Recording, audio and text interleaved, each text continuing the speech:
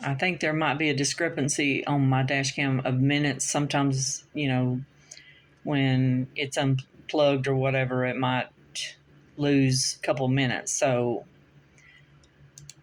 I'm coming around the curve here on Asbury. I'm about to go on that 90-degree curve. And you'll see at the top of the hill, watch, coming around that curve, at the top of the hill, she's just sitting there. So I'm confused because they're kind of in the middle of the road at this point, or I can't tell. I'm 65 years old, but you can see right here, it looks like they've got their bright lights on, and there's barely any room to get by right here. And that's what I'm seeing, is there's barely any room. That's the side of the road right there. That's my culvert. So that's rocks and concrete. So you can see there's not much room for me to get by. So I'm confused. I don't know who would be doing this, but I have an idea that it's somebody that is wanting to be menacing towards me, because it happens all the time. Crazy stuff like this. So they take off about this point. Instead of them getting over out of the way, they take off and come at me. I don't know what they're waiting on, but they just keep sitting there, and then they suddenly take off, and they're on my side of the road at this point. You can see right here, they're on my side of the road. That's Aimee. There's my culvert. Here's the side of the road, and she's hogging the whole road. So she barely gets over, but still not enough. I'm still confused. I'm like, I don't know who this is or what their intentions are towards me. I'm 65 years old. I'm on my way home from Walmart at 10:30 at night. Which, I don't let people scare me. I'm not going to let them say, well, you shouldn't be going out that late. No, people need to act like they got some sense. So here she is, and she is, there's not enough room for me to get by. And she's stopping right here, when if she'd have stayed up there, I could have pulled right here, and she had plenty of room to go around me without going off the road. She would have went off the road just a little bit, but not a lot. So, she could have recovered. When they back out of their driveway, a few times they've gotten stuck across the street because it's a depression off of the pavement. But right there, when you're going downhill, you're not going to get stuck. It's when you're trying to go uphill and you're off on the road. So downhill, she could have went off, her tire on that side could have went off the road. Here's the road. She could have went off the road and went over there, or she could have not even pulled down where she did, wait and let me get in the driveway. She knew I was coming, so she's obviously trying to start a fight, or she wouldn't have come on down the hill. It was confusing. I don't trust these people, and they've done this kind of stuff before, so I didn't know who it was. But then at this point, I kind of can see it's that black truck, and it's Aimee. But you can see right here, there's not enough room for me to get around. I can pull over here, but what might happen, this is what I'm worried about. What might happen is when I pull over here, they kind of come over this way and don't let me get by, and they roll down the window and start telling me off. So I'm not going to get in a place where I'm stuck either. I'm stuck right now, but I'm not over here where whatever. They could have avoided this situation, but they provoked it. So she comes on down at me, and several times she opens the door and says something, but she doesn't come to me and talk to me. My window won't go down, so I don't know what she said. But you can see that there's not enough room for my car to get by. I can pull over here, but if I do, what I'm contemplating is that they're going to roll down their window and start in on me, because I'm going to kind of be trapped, not be able to get by. So in the meantime, see, she opens her door a couple of times and says something, but I have no idea what she's saying. I can't hear her. And she doesn't come to my window. She's not being friendly, like, hey, you know. And she could have easily backed up the road and let me get in my driveway and then come down. Or she could have pulled in this driveway right here and let me by. She could have pulled over here and parked her car, because she has many times. She could have pulled over there and parked her car and let me around this side, but she didn't. She has parked there many times. I mean, several times I've come out my door up here and she's just sitting there in her car watching me. So I feel threatened by this woman, and I'm not moving. I called the police. I'm gonna let them settle it. And of course, they weren't taking my side, but I didn't start this. This woman was sitting up here waiting on me and came down the hill at me, and she's parked on my side of the road. You can clearly see that I don't have enough room to get through there.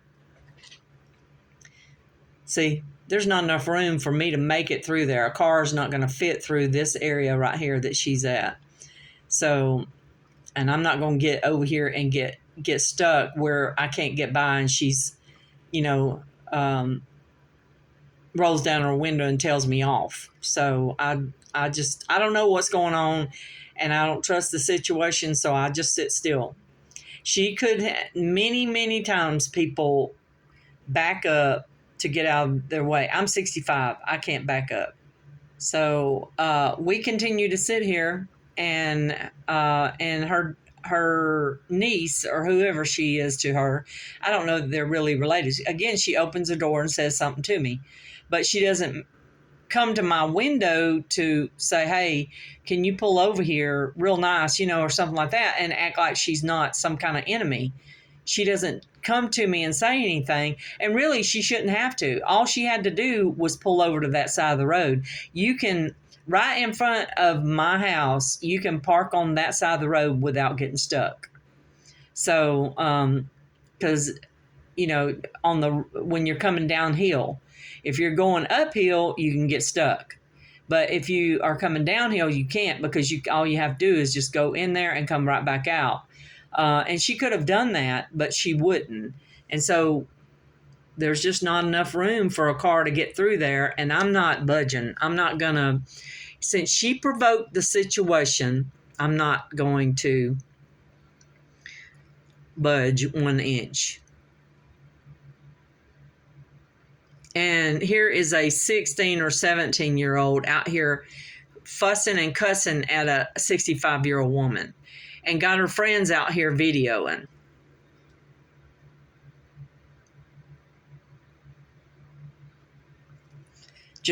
It was just the stupidest thing. I mean, she didn't have any right to do that. This kid had no right to come out and say anything to me. If anybody should have said anything, it should have been Jenn. But Jenn is a coward and won't say anything to me. She's never been friendly, and so I don't know if she's calling these girls, you know, or what, but I'm not budging until the police get there. And you can see right there is not enough room for a car to get through there. If I did go over here, I couldn't get past her. I mean, the whole thing, you know, she provoked it. She was waiting on me, and she came down the hill at me instead of pulling over into that gravel and letting me by. And so I will be making video of it outside tomorrow too. So this girl's back and forth cussing me out, running her mouth at me, and got her friends, her little audience and bandwagon going with her. And then Chucky comes out and he gets involved. They pull him into it. Chuck Hunter at 4508, who has been nothing but trouble to me. They pull him into it. He's got out here, right here, and tore up rocks in my ditch. And you can't see it, but right here, all this is tore up. All that concrete is tore up, and it's tore up here. I really don't want to drive on it. It's not safe either. But instead of fixing his concrete that's tore up, he's got down in this ditch right here and tore up my rocks. I just had somebody come look at it. They're talking about $150 to fix it. Fix what he tore up. So now they go over and pull Chuck Hunter, who has stolen things out of my yard, into it. They're getting him involved in it. So there's 1, 2, 3 people in this truck, and 3 girls out here at me, and one of them cussing me. And then Chuck, who has cussed me out 3 or 4 times, he's out here with his nose in it. Everything that goes on, he's got his nose in it. There was a truck up here today that was parked right there, and he had to go drive up by there and see what they're doing. Just so nosy. So they're talking to Chuck and pulling nasty, vulgar talking man into the situation. It's none of his business. It's none of these girls' business. They shouldn't have been involved in it either. They should not have been involved in this. It was none of their business. If this woman wants to start something with me, let her finish it. Let her say something to me.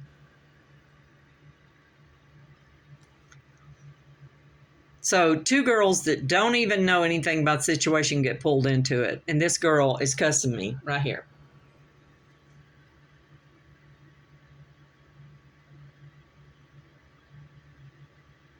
And the truth is, if you're going to harass me, then I'm not going to make it easy on you. If you're going to harass me and come at me like this, I'm not going to make it easy for you. I'm not going to do what you want me to do. What you're telling me to do, I'm not going to do.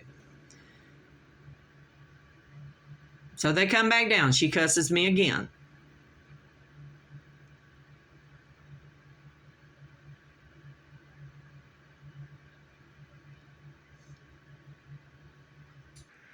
So I'm going to fast forward it a little bit and see if the police are here yet.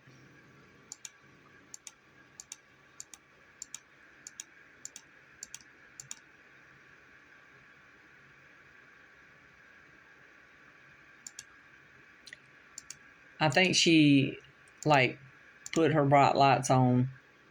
I don't know. See, it must be the policeman behind me or something. But at this point, you can see that there's 3 people in that car. There's somebody sitting there. I think that's the woman that lives over there on 42nd, 42nd Street.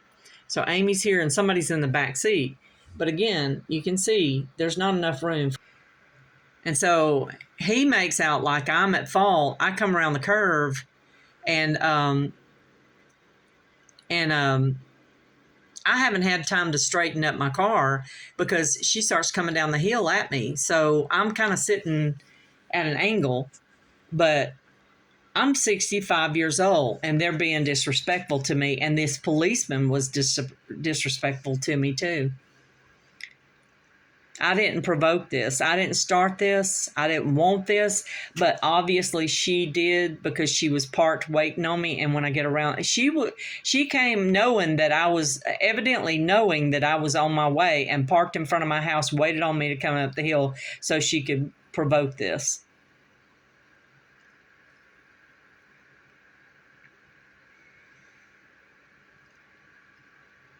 And see, what I didn't know is that when I called the police, she called them too to provoke it. Exactly what that man across the street from this woman in that's sitting there in the front seat from her house, there was a man did the same thing. That what she's doing right now, a man across the street from that woman's house, if she's the one that lives on 42nd, saying he did the same thing. So they put him up to doing it, and then Aimee has done this. And I believe Jenn is behind it because Jenn doesn't have a backbone, and Jenn has done this many times, this kind of stuff. But we didn't have this kind of confrontation. Now I pull right here, but I still can't get by. You see, I cannot get by. So if I'd have been in this situation, she didn't even go by just now. She's not gone by. And if I'd have been in this situation, I would have been stuck right here with Aimee right at me. See, I still can't get by. So now she's going to move. Now, see, still, they're sitting there. They've talked to these girls, and they didn't get the real story. They got lies, and the police sided with them because they're the ones that called first. But I went down and talked to Lieutenant Leach about it, and I'm planning to go further than that. I'm not going to back down about this. The police treated me wrong about this, and I'm not going to back down about it. So he gets in his car, and he's going to move it, and you'll watch. In order for me to get in my driveway, I have to swing it out. Now, Aimee knows this. Aimee knows that this is how I go into my driveway all the time. So I have to swing it out to get in my driveway.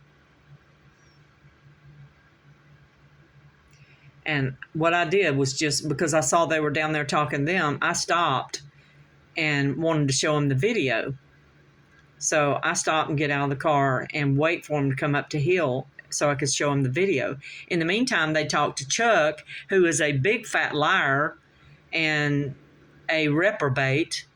And I say, if his mouth is up, he stole something out of my yard, and if his mouth is open, he's lying. And the policeman